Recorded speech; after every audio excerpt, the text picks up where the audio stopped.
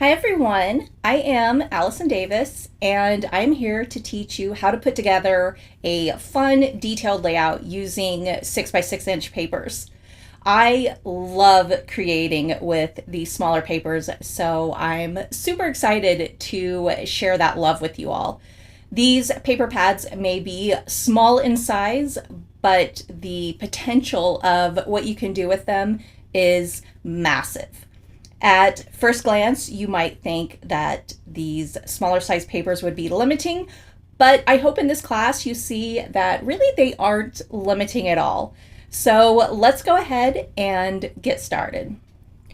We are going to be building this layered sunburst circle with lots of pattern paper strips using this Day in the Life #2 6 by 6 inch paper pad from Echo Park and the coordinating ephemera die cut package. This layout uses minimal product, but there's nothing minimal about this finished result. And I know it looks like a lot of cutting, but I promise you this is easy and it's not as much cutting as you might think. First, you will need to pick out the papers that you want to use. There are so many beautiful patterns and colors in this Echo Park paper pad, so you have lots of options. I ended up using 10 different papers. I used this pink with the little hearts on it, this green paper, this multicolored floral paper, the light blue,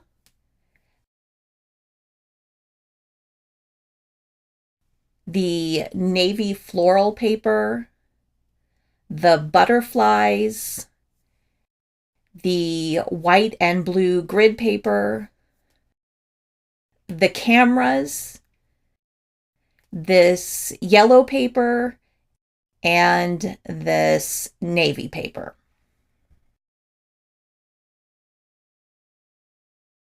First, we need to cut 16 1.5 by 4 3/4 inch strips. To do this, I use a paper trimmer to cut the paper down to 4 3/4 inches first, and then cut a 1.5 inch strip from that piece. Since I need 16 pieces, I cut two 1.5 by 4 3/4 inch strips from each pattern. Since I picked 10 papers, that means I'll have a few extra, but that's okay. I like having extra there as a backup, or if I change my mind and want to include more later on. And sometimes I'm not 100% sure of what I need for a particular design until I start laying it out and seeing which colors I might want to use more of. So it's okay if there are extra pieces. It gives you some wiggle room later on. And if you wanted more of one color over another, you don't have to drag that paper trimmer out again. For 8 of the papers, it doesn't really matter which direction you make your cuts. The patterns on them will work in any which way or direction, but there are 2 papers, the cameras and the butterflies, that you'll want to make sure you are cutting the strips so that those details on the paper are going in the right direction. So for the first cut, the 4 3/4 inch one, you will place the paper so that the cameras or butterflies are sideways. Then when you make the second cuts, the 1.5 inch ones, they will be upright and facing correctly.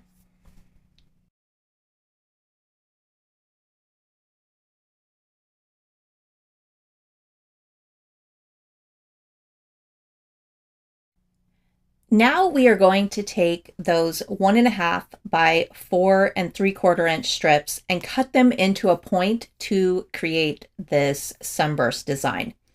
To do that, I think the easiest way is to just wing it with your paper trimmer. We don't need to get out a ruler and measure and draw pencil lines and cut with a scissor.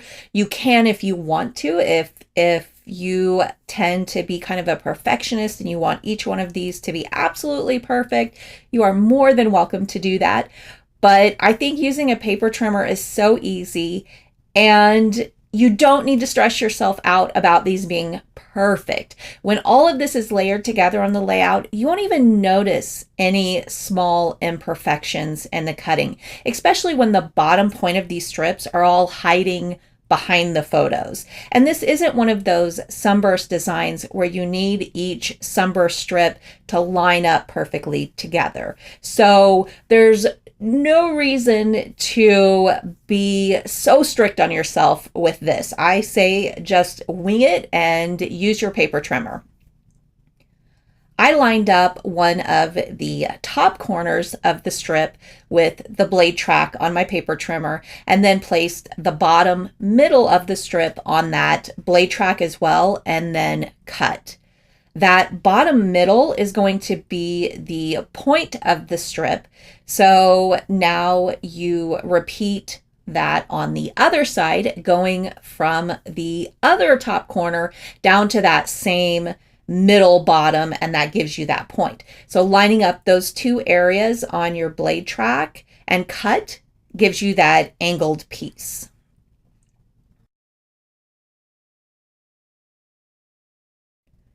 If you find that you're struggling to hold onto the strip as you swipe your blade, you can try pressing down on the blade track to help hold that strip in place.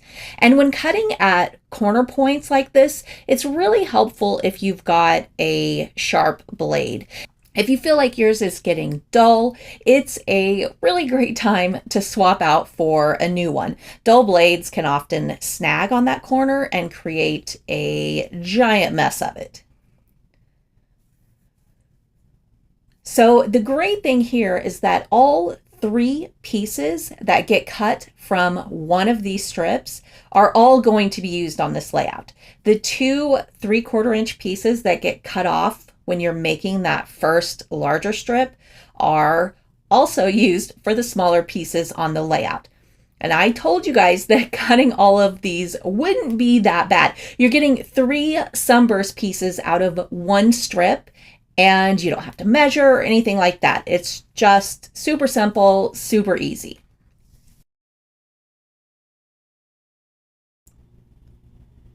One of the things I really love about using 6x6 inch papers is that the patterns are smaller. They have been reduced down along with the size of the papers. So you can get away with cutting smaller strips like this and still getting a really great representation of that pattern. With larger 12 by 12 inch pattern papers, sometimes when you try to cut those into smaller pieces, you really don't see that pattern as well. So this is a really great benefit to using 6x6 inch paper pads. They are perfect for smaller strips or squares, or for using with punches.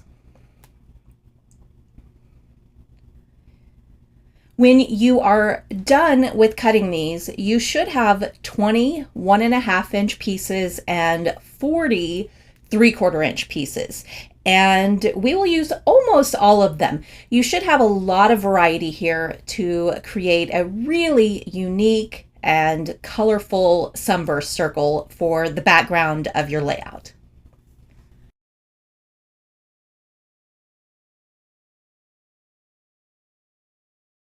Next up, we are going to start building the base of this sunburst circle design with the larger 1.5 inch pieces. To get started, I found it is easiest to create a cross point with pencil in the center of the layout. This 6 by 12 inch OmniGrid ruler really comes in handy for stuff like this. First, I line it up with the right edge and make a vertical mark near the center. And then I line it up with the bottom edge and make a horizontal mark near the center, giving me a cross in the middle.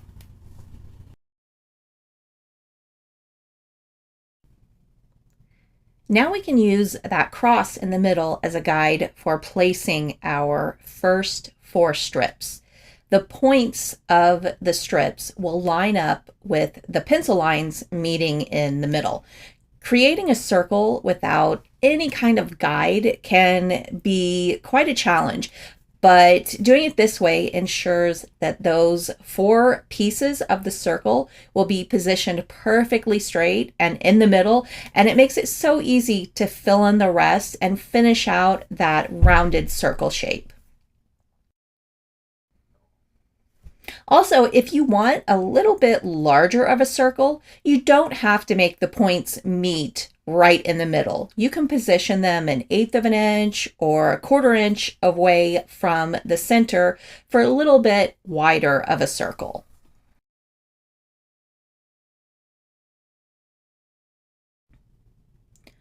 With those 4 strips placed, you can start filling in the open sections between them. Each of those sections will have 3 of the 1.5 inch strips. And I find that it's easiest to adhere the middle strip in each of those open sections first. This is going to help you get even or close to even spacing between each of the strips. The spacing doesn't have to be perfect by any means, but this helps you get close to it with minimal effort. It's also helpful while you are creating the space to use an adhesive that can be repositioned. That way you can kind of move them around to get the spacing and placement that you want. After you have those middle strips in each section, you can fill in the rest of those open spaces. You want to try to center them so that you have somewhat equal margins between each of those strips. You can also vary the height placement of these if you want. This doesn't have to be a perfect circle. And honestly, I actually prefer a little variation in the placement. To me, it's got this kind of perfectly imperfect look to it, if that actually makes any sense. While arranging these pieces, I try to get a nice even spread of the colors going. I like having balance on my layouts between patterns and colors. So trying to space the same colors out or similar patterns out helps achieve that. And when we get to the smaller strips, you can use those to help you balance out the color and patterns even further.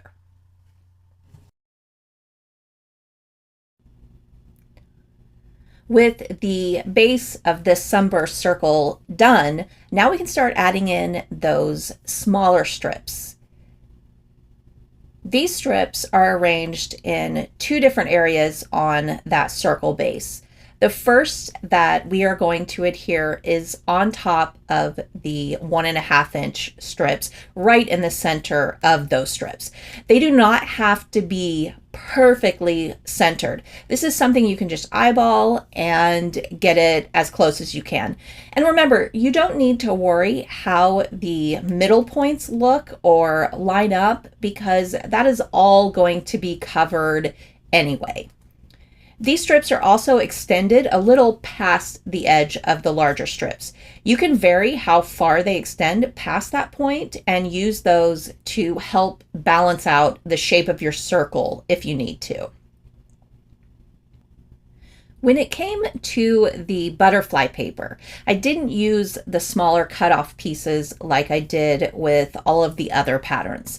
I wanted a strip with the butterflies right in the center, so I cut a strip that perfectly frames the butterflies and then trimmed that down to a sunburst strip with a point, just like we did with the larger strips. And this gave me a sunburst strip with the butterflies right down the center of it.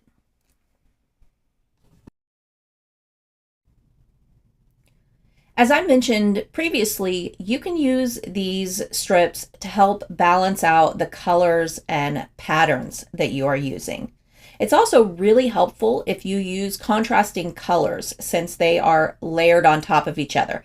For example, if you used the navy floral paper on top of the other navy paper, you wouldn't get the same detail and definition of those strips with this design. Those strips and colors would just kind of blur together. So I like to vary it by placing darker colors on lighter colors or vice versa, or placing a busier multicolored pattern on one that's a single color or a more subtle pattern. So far, I hope you are noticing that even though this is a really detailed design, it's really quite easy to construct, and that using 6x6 inch papers often results in quicker creations. I am not a fast scrapbooker at all, but I always notice that when I use 6x6 inch paper pads, my layouts come together so much faster. Now we can start in with the second placement of the smaller strips. These strips are going to be placed over the gaps between each of the larger strips that made up the base of the circle design. For these strips, they are placed below the top edge of the larger base strips. I loved the idea of these 3 sections of strips arranged at varying lengths. It adds so much detail and interest to this sunburst design, and you really notice each layer of these strips and see all of that color and pattern detail. And with this final addition of strips to this circle, it really fills this design out, and it looks like something that would take a long time to create. But really, it's a simple concept that is easy to put together. Now, with these strips, I chose to trim off a little bit off the pointed ends. Doing this prevents that middle section of the sunburst from being too bulky. When you have so many strips like this overlapping in the center, it's really going to add a thick kind of hump in the middle. So you don't need to trim off a lot, just maybe around an inch. While we are finishing up these strips, I want to let you know that if you enjoy using 6x6 inch papers, or you want to learn more about using them on full-size layouts, I have several classes and sketches that focus on using these smaller papers. You can find them at scrapbookgeneration.com. They are located in the SG exclusive menu under the word downloads. The first time I used a 6x6 inch paper pad, I had bought it simply because it was a collection I really wanted, and I had gotten around to buying it a little too late, and pretty much all that was left was the 6x6 inch paper pad. And I got it and told myself I would find a way to make it work. And when I finally did jump in and use it on a full-size layout, I was hooked. There are so many advantages to using them. I already mentioned that layouts seem to go together faster and that the prints are smaller, making them perfect for cutting smaller pieces. But also, using them can be a little more economical if you are wanting to save some money. Plus, so many companies make these paper pads now, and you can practically find one for every collection out there. Another benefit is that they are easy to store in a small amount of space. I really recommend that if you haven't played around with them, that you give them a shot.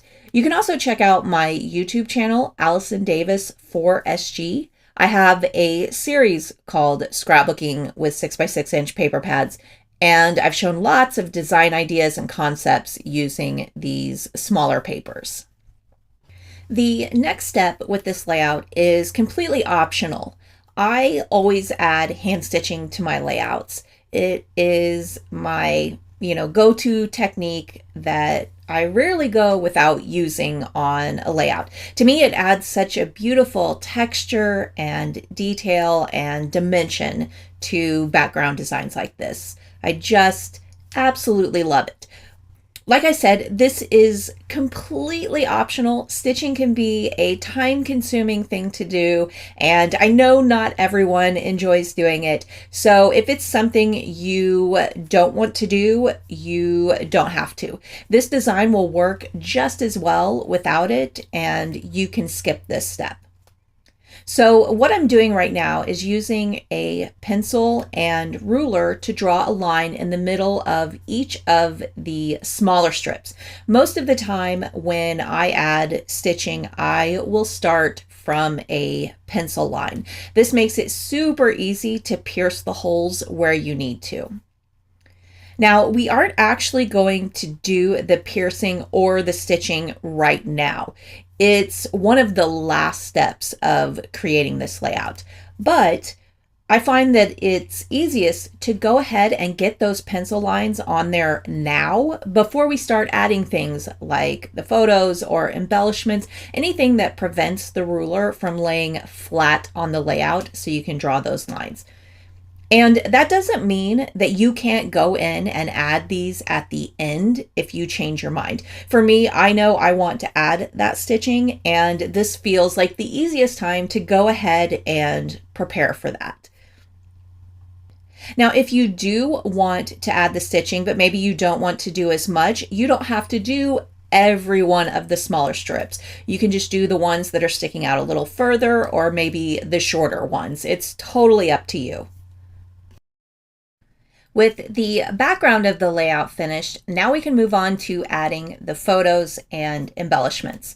This Echo Park ephemera pack has so many fun options, so you can always alter what you use depending on your photos and what you feel works best.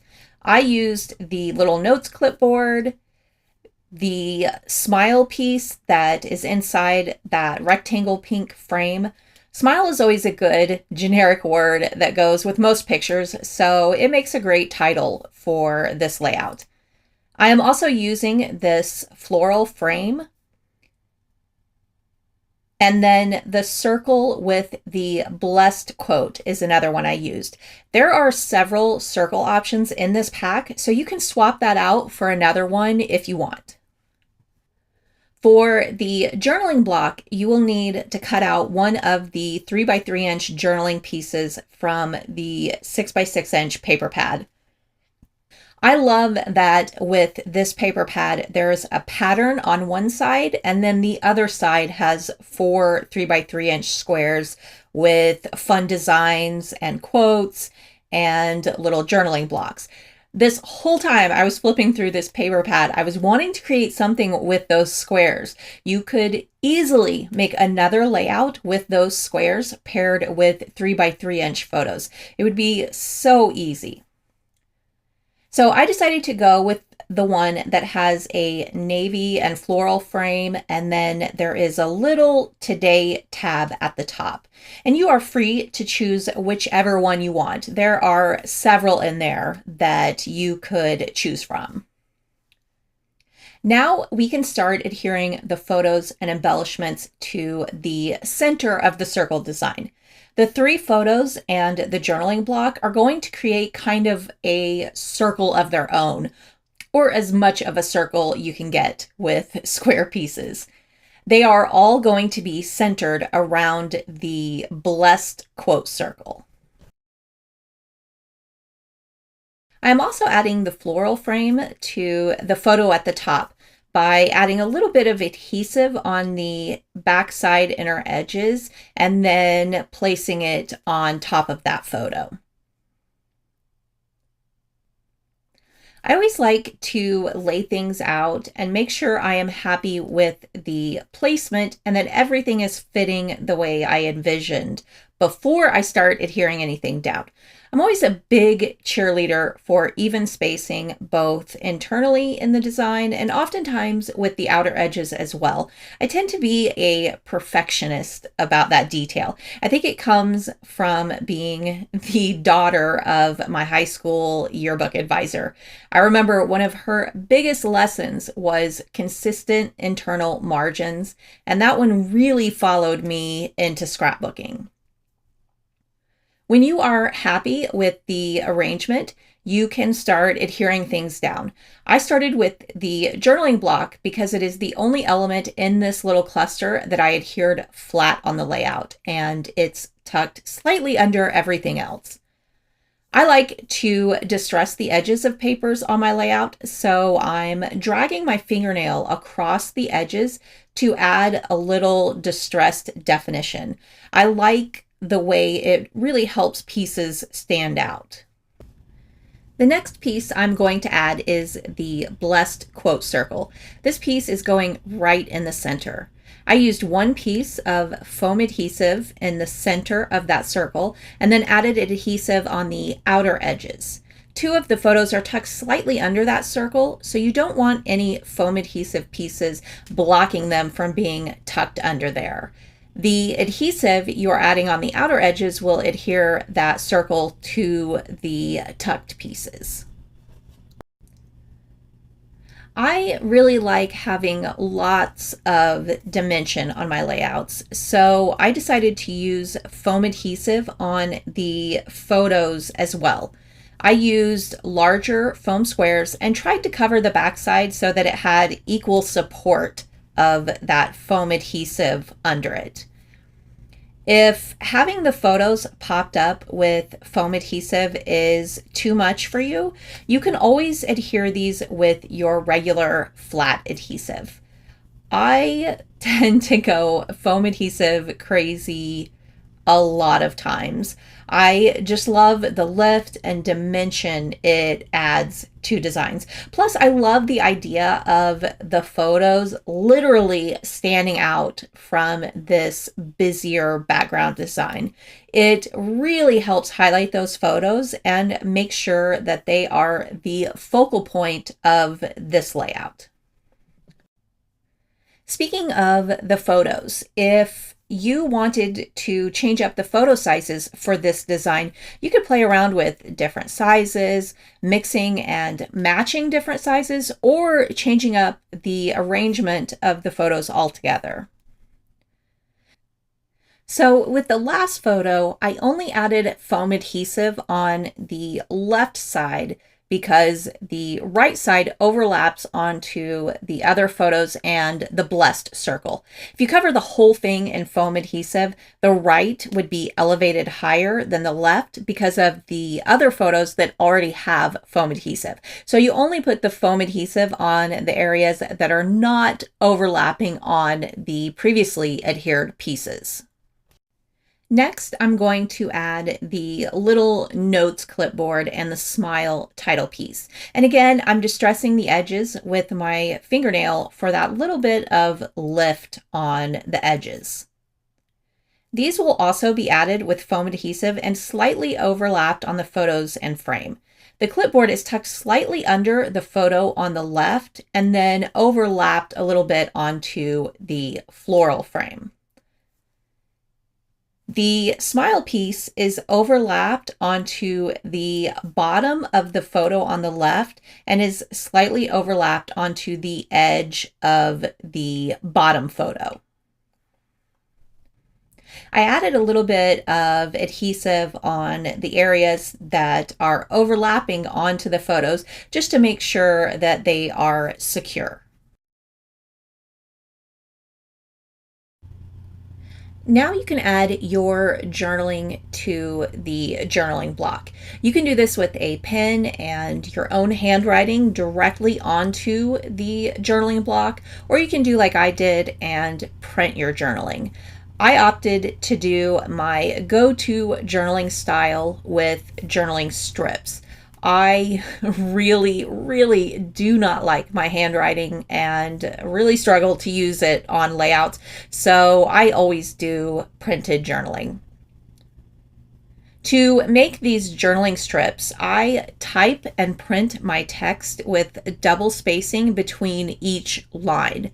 Then I cut them out with my paper trimmer. I cut the vertical lines on the left and right edges of the text first, and that will leave me with a long strip of paper. Then I make the horizontal cuts that will cut out each line of text. And I don't worry about these being perfect either. It's too difficult to try to measure and cut that way. I just wing it and try to get them as close to the same as I can. I decided to use foam adhesive for these journaling strips. I've already mentioned how much I love adding dimension, and I especially love it for these strips. It's just a great way to help the important details, like your story, stand out. To add the foam adhesive, my strips are usually a little smaller than a full piece of foam adhesive, so I'll just use my scissors and cut them in half and use the little half pieces for my journaling strips. And another thing I really love about journaling strips is how you can wrap your text around details on your layout to kind of custom fit it. With these, I am able to adapt the strips to the shapes and detail that is covering that left edge of the journaling block. It's really a great advantage to using journaling strips. After I had those journaling strips added, I made a last-minute decision to add another die cut piece to the layout. I liked the pink note die cut, so I distressed the edges and then adhered it flat to the top of the clipboard. I wanted that note detail to be a little bigger than it is on the clipboard die cut. I also printed out a few phrases and the date to add to the layout design. You can either print some for yourself or you can use a pen to write them and then cut them out. I have always been a big fan of using word and phrase stickers as kind of a finishing detail on my layouts. I cut mine out just like I did the journaling strips, and then I used my scissors to cut out a little notch at both ends, and then I adhered each one with foam adhesive. I added the date to the clipboard. It felt like kind of the perfect place to put that little detail. The second one I added on the bottom edge of the smile title piece. And then the third one I added in the bottom right corner of the bottom photo. The whole time I was creating this layout, I kept thinking back to that beautiful butterfly paper and how great those butterflies would work as another embellishment detail. There are several different colors and styles on that paper, so you could really add a lot of fun detail with these. I used some smaller detail scissors to cut out around the butterflies. Anytime I am fussy cutting something like this, I don't cut directly on the shape or design. Instead, I like to leave a little bit of a white margin around that shape or detail. One, it makes it so much easier to cut out. And two, I feel like you don't have to be as careful when cutting with that margin there. The white edge doesn't have to be perfect. For this part, you will need to cut out 8 butterflies. If you do not enjoy fussy cutting, you can skip this part. And if you really, really like the butterflies, you can even cut out more of them. You can also mix and match the colors you want to use, or you can cut out just one color, or maybe just 2 colors. It's totally up to you and what you like. I think I cut out one of each style and color and then an extra one of the yellow and the green.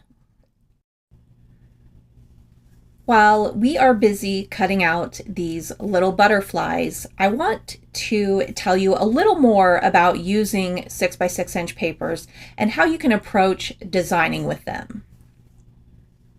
Most of the time, I think to myself, how can I use smaller pieces to create a larger design? This layout is a good example of that concept.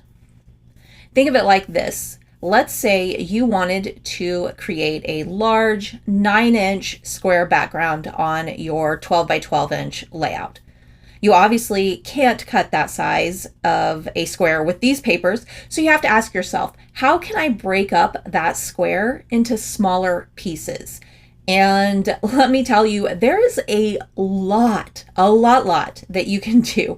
You could use smaller squares to construct that 9-inch large square. You could use 1 inch, 1.5 inch, or 3 inch. Or you can create a collage of different sizes of squares altogether. You can also turn to strips. You can create a pattern with the strips, use all vertical or all horizontal, or mix and match the two. And you can use strips in all the same size, or you can vary the length and width of them. You can turn that square into a sunburst design like we did with this layout and the circle shape. Or you could cut squares in half diagonally and use triangles instead. You can also punch out a bunch of hearts or stars or flowers and arrange them in a 9-inch square. There really are so many possibilities, and this is just one square that has this many options. So when you consider all the shapes and ways you can break them up and recreate them with smaller pieces, it really feels like there is no limit here when using 6x6 inch paper pads. Now, when you have your butterflies cut out, you can start adhering them to your layout. With butterflies, I always like to use one small square of foam adhesive in the center, and then when it's adhered, I will pinch the wings together so that it has a dimensional shape to it. It gives a little more life to those butterflies. The butterflies are added all around the outer edges of that middle photo and journaling block grouping, with one in the center on the right edge of the blessed circle. If you wanted to, you could also add some on the sunburst strips as well. If you want to do this and you plan on adding the stitching, I would hold off on adding those butterflies on the strips until you have that stitching down. When you have to stitch around dimensional pieces, it can be so frustrating because your thread will get kind of wrapped and stuck around it, and it's just a giant pain. So if you plan on doing butterflies on those strips, hold off on the stitching.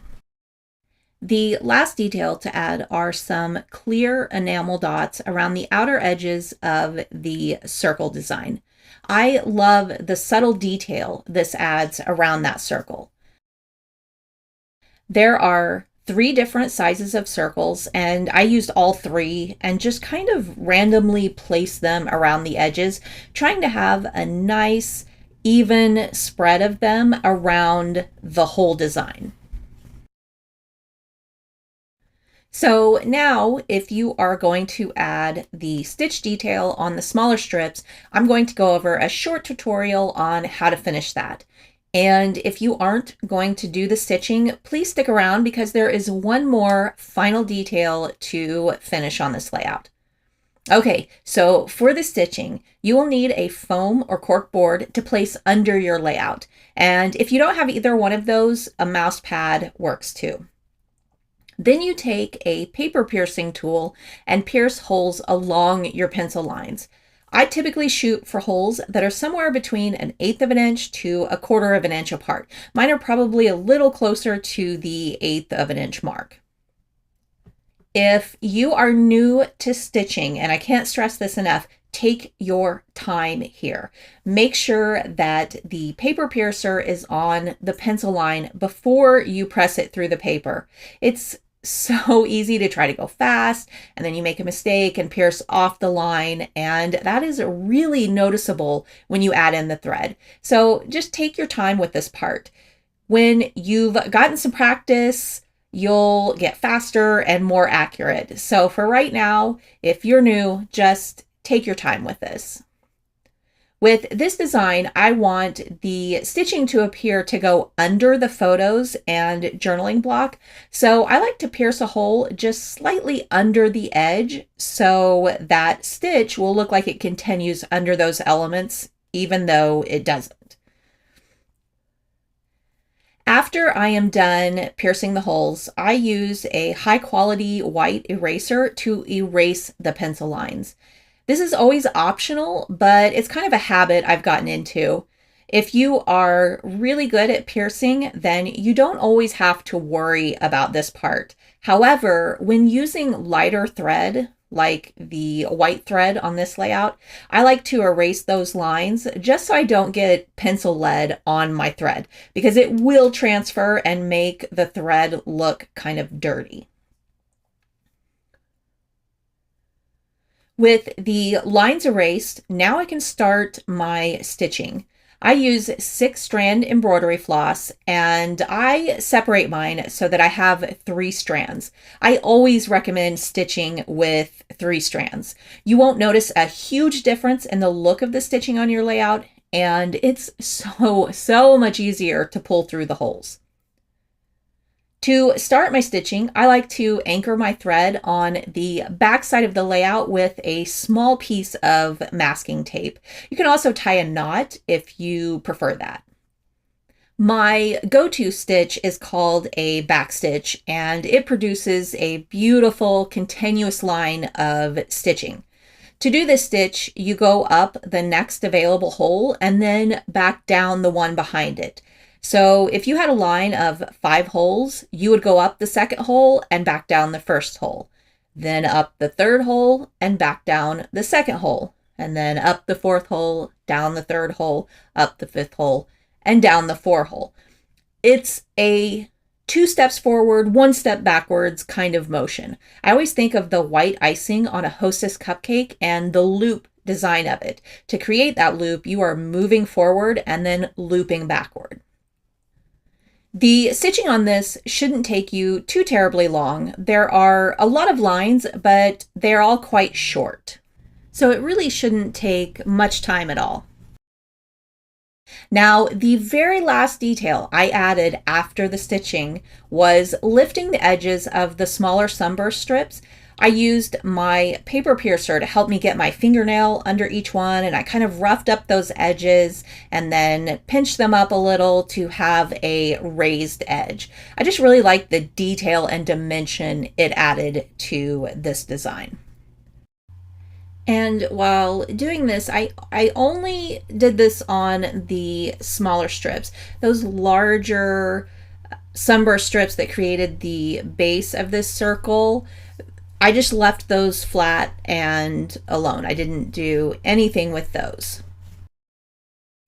So that's all for this 6x6 inch paper pad layout class. I hope you enjoyed it, and be sure to check out my 6x6 inch sketches at scrapbookgeneration.com. Thank you so much for joining me, and hopefully I'll see you again.